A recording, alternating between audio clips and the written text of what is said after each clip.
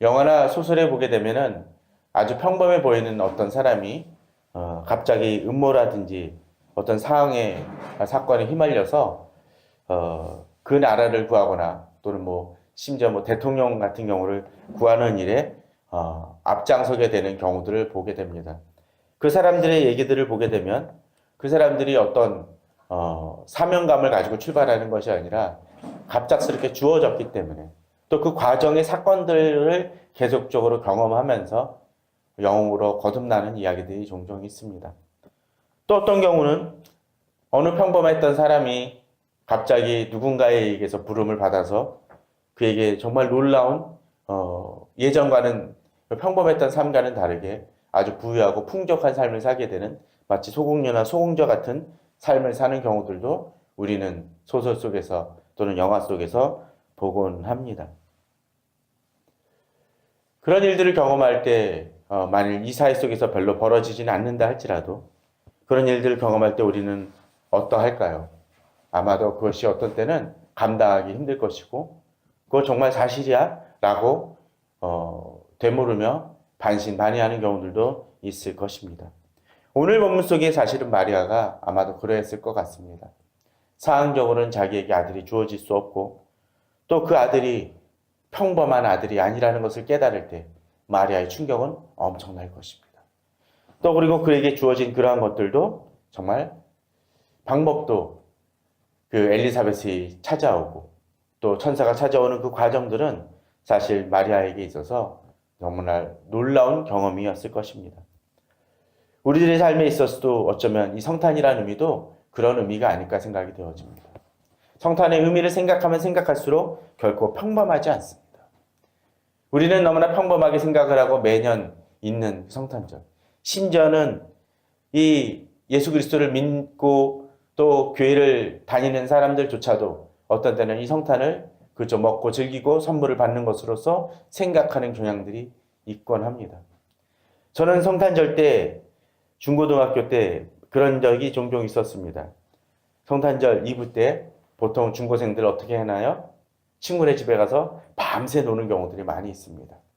먹을 거 먹고 또 이렇게 즐기면서 게임을 하면서 놀기도 하는데 그런 경우들 대부분 어떤가요?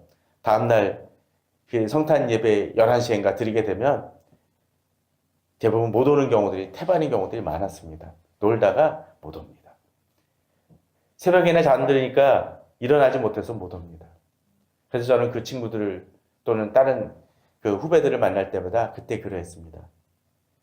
예배를 드리려면 그래도 좀 일찍 잡고 적당히 노르라는 얘기를 합니다. 우리는 중요한 것을 잊어버릴 때가 있습니다. 핵심적인 것을 놓칠 때가 있습니다. 그러나 성탄의 의미를 생각한다면 정말로 우리는 성탄을 준비하는 우리 자신이 좀 달라져야 될 것입니다. 지난주에 저는 누가가 자신이 증인이고 또 이미 받은 것을 더 확실하게 하려고 데오빌로 각하에게 보낸다는 이야기를 했습니다.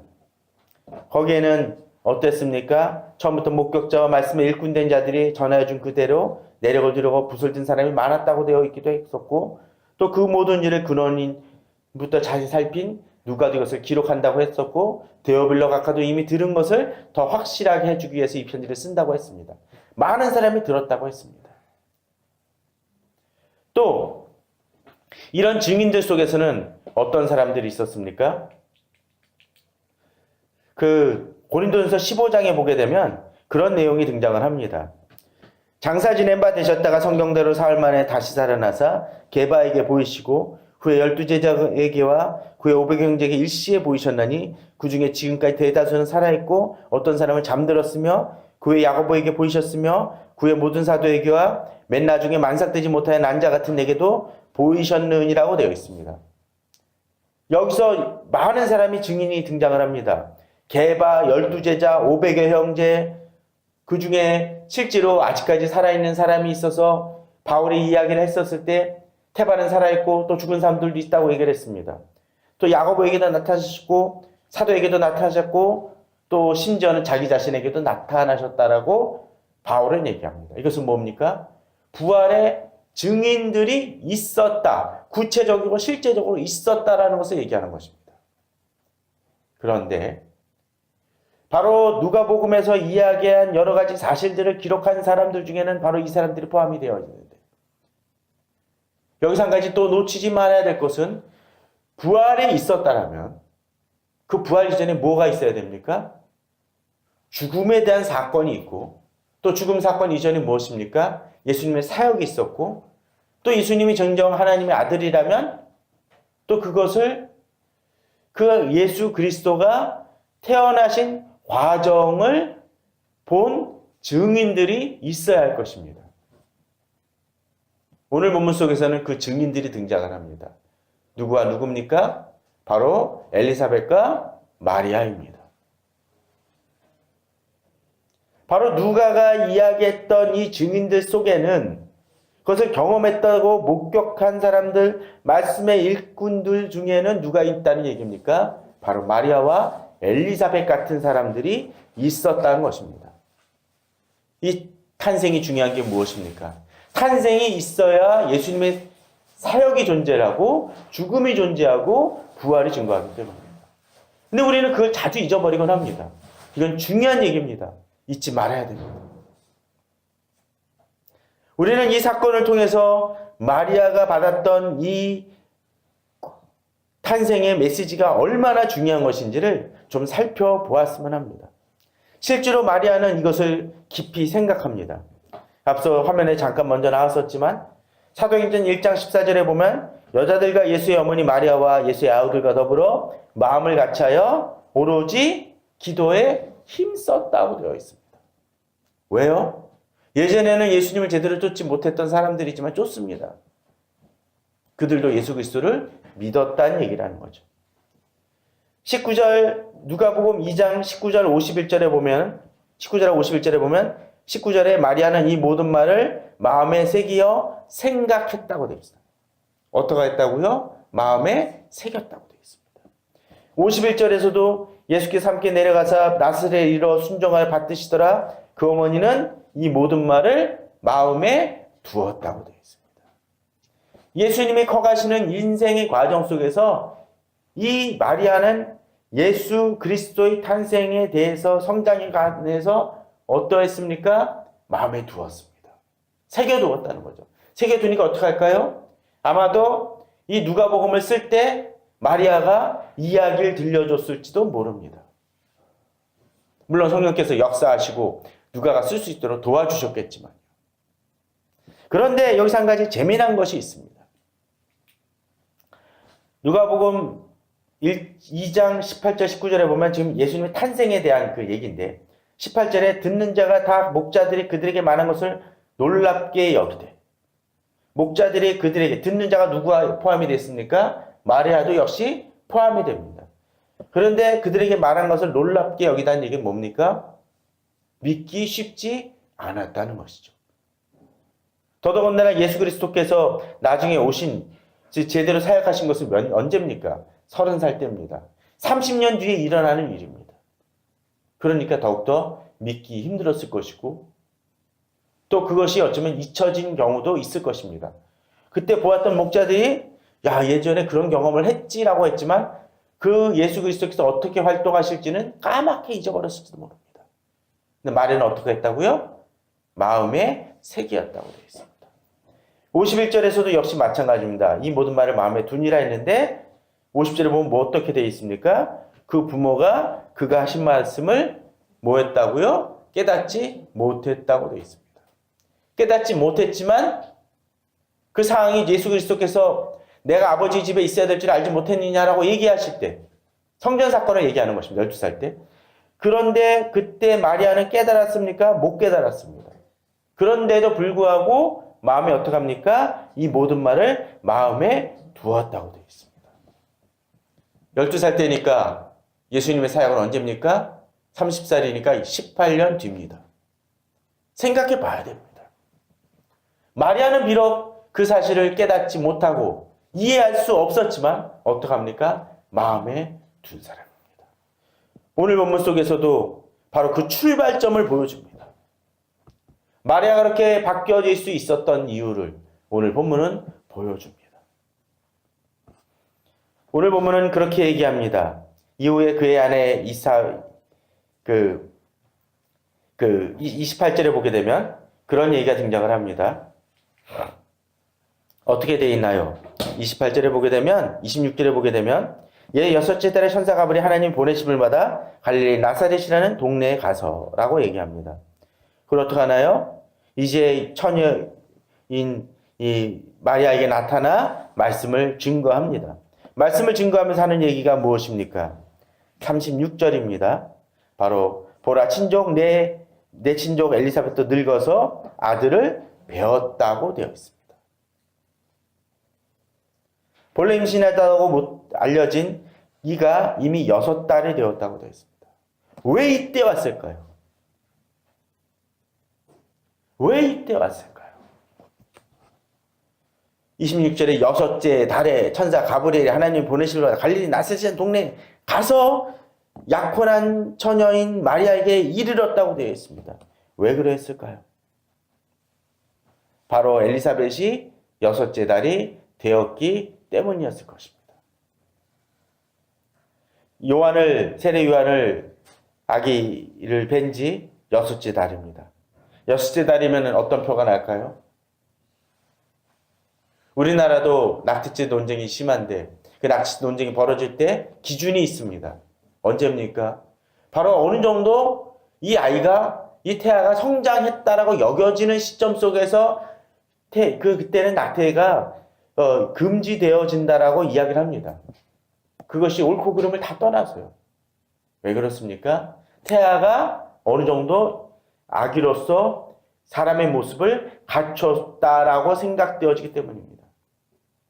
엘리사벳도 어땠을까요? 여섯째 달이니까 외형적으로 배가 나와서 표효가 났을 것입니다.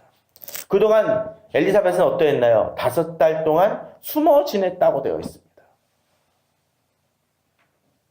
아마도 나이가 너무 많이 들은 상황이니까 불안했을 것입니다. 또 창피하기도 했었을 것입니다. 여러 사람 묻는 것이 부담스러웠을 것입니다. 그렇기 때문에 숨어 지냈습니다.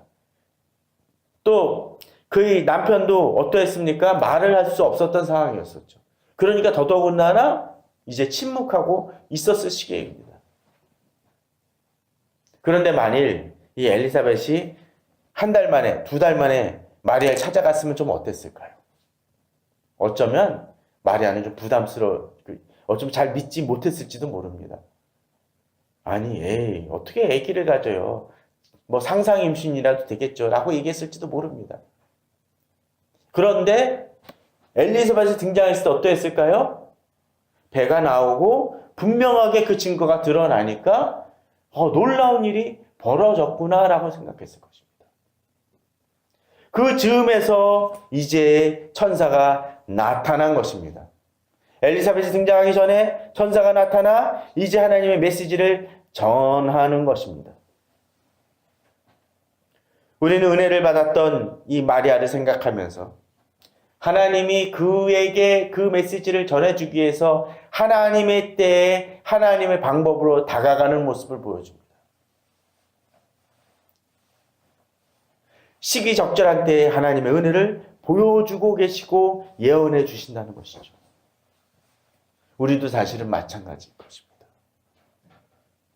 하나님은 우리에게 적절한 때에 하나님의 은혜를 주실 뿐 아니라 그 은혜를 받을 만한 상황, 또 우리가 그 하나님의 은혜를 믿을 만한 상황으로 이끄십니다. 종종 우리들은 빨리빨리라고 얘기를 하거나 우리가 이 정도면 받을 수 있겠거지 착각하는 경우들이 있습니다. 그러나 하나님의 때가 있습니다. 마리아에게 이것이 좀 더 빨랐더라면 어쩌면 믿기 힘들었을지도 모릅니다.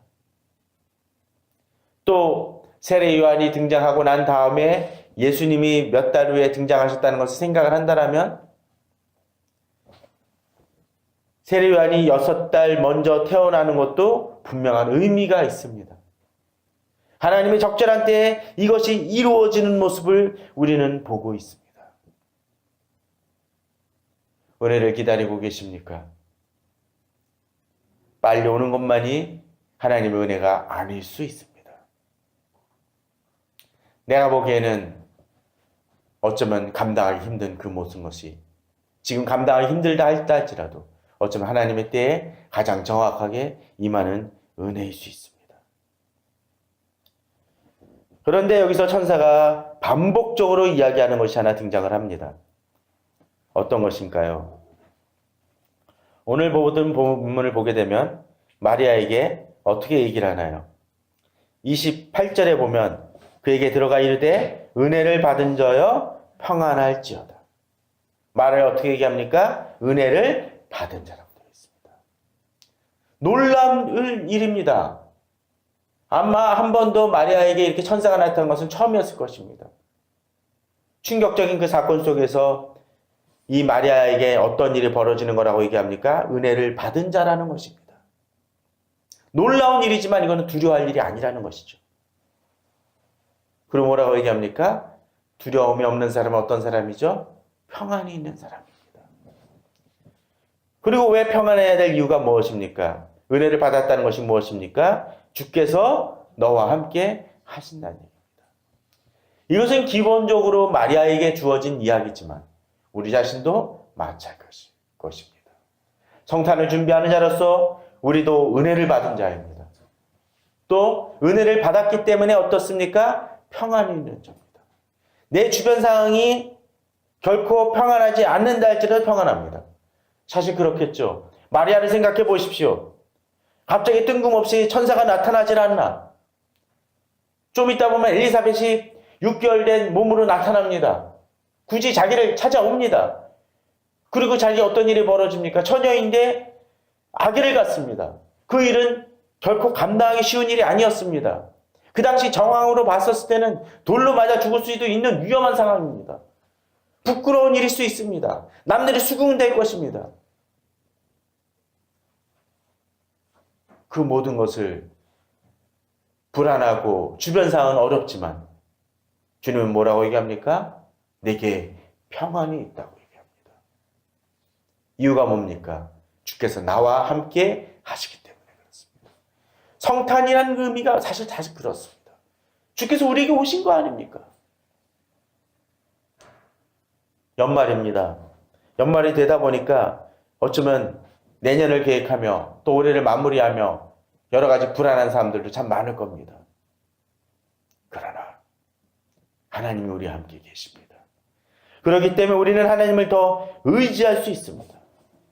30절에서 천사는 다시 얘기합니다. 놀란 마리아에게 왜 이런 인사를 나에게 하는지 모르겠다라고 생각하는 마리아에게 천사는 얘기합니다. 무서워하지 말라. 평안이 있기 때문에 무서워할 필요가 없죠.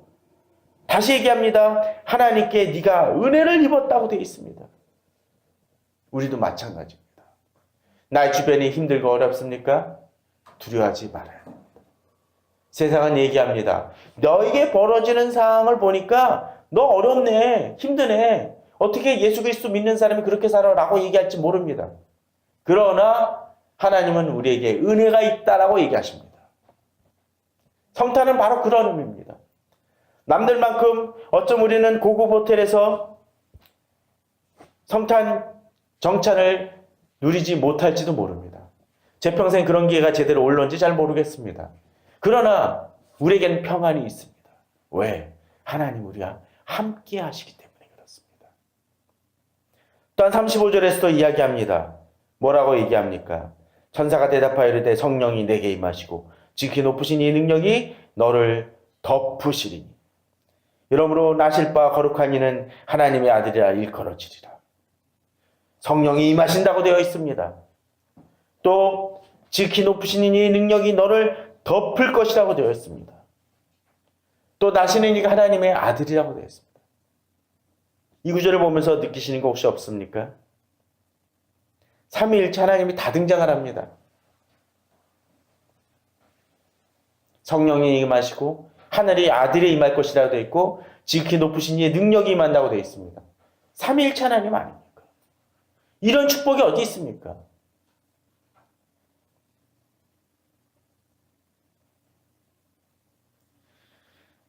우리 성도님들은 바로 그것을 믿고 나아가시기 바랍니다.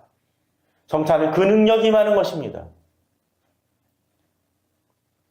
비록 세상적으로는 내가 능력이 없고 자원도 없고 돈도 없는 사람일지 모르지만 지극히 높으신 이의 능력이 임하기 때문에, 성령께서 내게 임하시기 때문에, 예수 그리스도께서 우리 안에 계시기 때문에 우리는 능력 있는 자입니다. 은혜를 입은 자이고 그 축복이 임하는 자입니다. 그러기에 그 은혜를 우리만 누리는 것이 아니라 어떻게 합니까? 마음에 두어 새김을 통해서 그것을 증거하고자 하는 것이 우리들의 사명인 것입니다. 그러기에 마리아는 나중에 예수 그리스도께서 십자가에 못 박혀 죽으시고 부활하신 다음에 마가의 다락방에서 모여서 기도할 때 기도에 힘쓰는 경험을 합니다. 그 기도 속에서 무슨 일이 벌어집니까? 성령 강림의 놀라운 사건이 벌어졌습니다. 그 모든 일을 다 본 사람 유일하게 마리아 혼자입니다. 저는 그 축복을 우리 성도님들도 누리시길 바랍니다. 예수 그리스도를 의지하며 나아갈 때 주께서는 이 놀라운 일들을 이루실 것입니다. 천사가 와서 이제 이야기를 합니다. 31절에서부터 34절에 보게 되면, 35절에 보게 되면 바로 성경에서 얘기되었던 바로 예수 그리스도께서 메시아께서 오실 것이라는 예언에 대한 그 구약의 예언들을 종합적으로 보여주는 것이 바로 이 부분입니다. 이것이 이루어진다는 것이죠. 누구를 통해서? 마리아를 통해서. 비록 마리아가 카톨릭에서 얘기하는 성모 마리아의 어떤 그런 모습은 아닌 건 분명하지만, 그럼에도 불구하고 너무나 특별한 은혜를 받은 유일한 사람이라는 것만큼은 분명합니다. 그런데 성경은 이것이 우리에게, 마리아에게만 멈추는 것이 아니라 마리아를 통해서 우리에게도 동일하게 임하고 있음을 말하고 있다는 것이죠. 저는 그 축복을 우리 성도님들이 누리시길 바랍니다. 그 축복을 우리에게 주신 하나님을 찬양하는 성탄이 되길 바랍니다. 그러할 때 우리는 그 하나님을 통해서 놀라운 일들을 경험할 것입니다. 바로 엘리사벳도 바로 그 증인으로서 나타나는 것입니다. 그런데 오늘 본문은 또 한 가지 우리들에게 중요한 부분을 던져줍니다. 은혜를 받은 자에게 주어지는 놀라운 일들이죠. 무엇입니까? 사실 앞서 얘기 들었던 것처럼 마리아에게 이 일은 감당하기 힘든 일입니다. 어려운 일입니다. 부끄러운 일입니다. 남들이 비난할 수도 있습니다. 사실 교회 일들이 그런 것 같습니다. 하나님의 일이 그런 것 같습니다. 예전에 어느 예능처럼 꽃길, 진흙길인지 흙길인지 그런 것들이 있었죠. 남들이 보기에 좋은 길이 있습니다. 이쪽은 험한 길입니다. 근데 이 시대에 많은 교인들이, 성도들이, 교회들이, 목사들이 너무나 쉬운 꽃길만을 택할 때가 많이 있습니다. 그러나 하나님은 우리들에게 그러한 길만을 제시하는 것이 아닙니다. 물론 그런 길을 가야 되는 사람도 있습니다. 그러나 오늘 마리아처럼 하나님의 은혜를 입었다고 하지만 그가 이제부터 감당해야 될 많은 일들을 경험해야 될 때도 있을 수 있다는 것이죠. 더더구나 마리아가 예수 그리스도께서 탄생을 경험을 했지만 그 탄생한 다음에 30년이라는 세월 동안 쟤는 특별하다고 하는데 30년 동안 아무것도 안 하네라는 느낌을 받을 수도 있습니다. 3년 동안 좀 열심히 사역한 것 같은데 어느 날 갑자기 십자가에 달려 죽습니다. 찢어지는 아픔을 경험을 합니다. 3일 만에 부활했는데 갑자기 하늘에 올라갑니다. 예상 밖의 일들이지만, 이해할 수 없는 일들이지만 마리아는 마음에 새기고 마지막에 기도함을 통해서 성령의 하나님의 놀라운 그 임재하심을 경험하는 첫 번째 사람들의 무리 속에 속한다는 것을 우리는 기억해야 됩니다. 오늘 37절에서 이제 그렇게 얘기합니다. 마리아의 고민과 그런 부분들이 놀라움이 있었을 때 이제 엘리사벳에 대한 얘기를 하면서 뭐라고 얘기합니까? 늙어서 아들을 배웠는데 이제 대저 하나님의 모든 말씀은 능하지 못하심이 없느니라고 얘기하는데, 자, 엘리사벳의 경우는 나이 들어서 배웠기 때문에 정말 놀라운 일입니다. 그죠? 그런데 마리아의 경우는 더 어떻습니까? 그걸 더 넘어서요. 아기를 지금 가질 수 있는 상황이 아닌데 같습니다. 뭐 해 토픽에 보면 엘리사벳 같은 경우는 종종 나옵니다. 그러나 마리아의 경우는 나올 수가 없죠. 그렇기 때문에 엘리사벳을 먼저 두시고 이제 마리아에게 이런 일이 일어날 수 있도록 도와주신 것입니다. 그러면서 하나님은 이 천사 가브리엘을 통해서 말씀하십니다. 대저 하나님의 모든 말씀은 능하지 못하심이 없느니라고. 마리아에게 임했던 그 기적이, 그 임했던 놀라운 일들이 도저히 일어날 수 없는 일이 일어났던 것처럼 하나님은 우리에게도 이 은혜를 부어주실 것입니다. 지금 우리 성도님들에게 해결 안 되는 많은 문제가 있습니까? 하나님의 응답인 건 믿는데, 약속인 건 믿는데 도저히 이루어질 수 없는 것 같은 상황이라면 오늘 이 구절을 우리가 묵상하길 바랍니다. 대저 하나님의 모든 말씀은 능하지 못하심이 없느니라고. 이루어 주실 것입니다. 그런데 문제는 이것입니다. 38절입니다. 마리아가 이르되 주의 여정이 오니 말씀대로 내게 이루어지이다. 능하지 못하심은 없는데 또 어떻습니까? 이 일이 이루어집니까? 안 이루어집니까? 이루어지는 일입니다. 그런데 문제는 무엇입니까? 말씀대로 내게 이루어집니다. 그 얘기는 무슨 얘기입니까? 내 나름의 생각이나 내 계획이나 내 방법은 아니라는 것입니다. 우리가 자꾸 어그러지는 이유가 뭡니까? 이루어진다라고 생각하는데 이루어지기 위해서 무슨 방법이 필요합니까?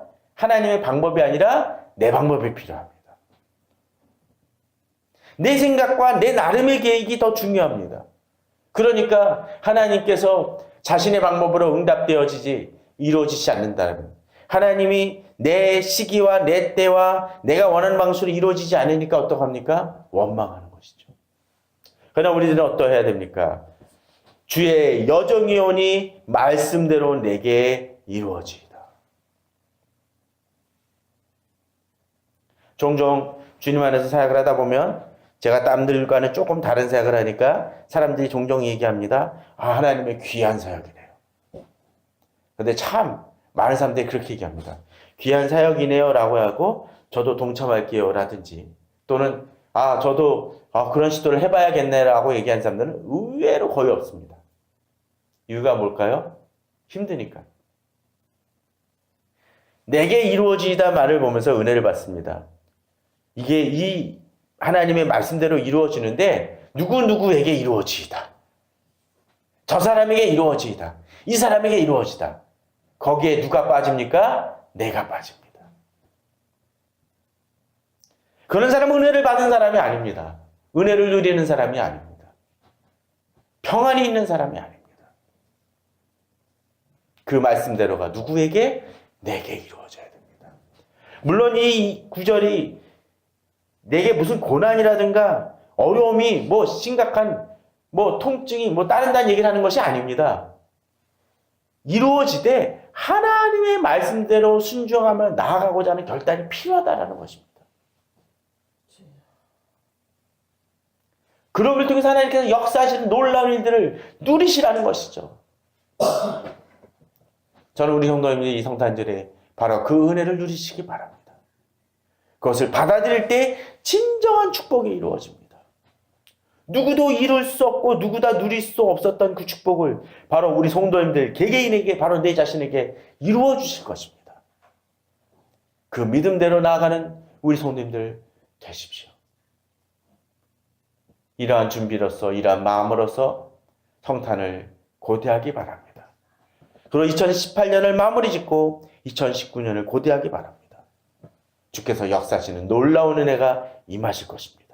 하나님의 모든 말씀은 능하지 못하심이 없으실 것이고 하나님의 은혜가 우리 성도님들에게 임할 것이고 그렇기 때문에 무서워하지 말아야 될 것이고 또 평안을 누리시길 소원합니다. 그런 은혜 속에서 다시 한번 주께 나아가며 또 주 의지하며 나아가시는 우리 성도님들 되시기를 주님의 이름으로 축원합니다. 다 같이 기도하시겠습니다.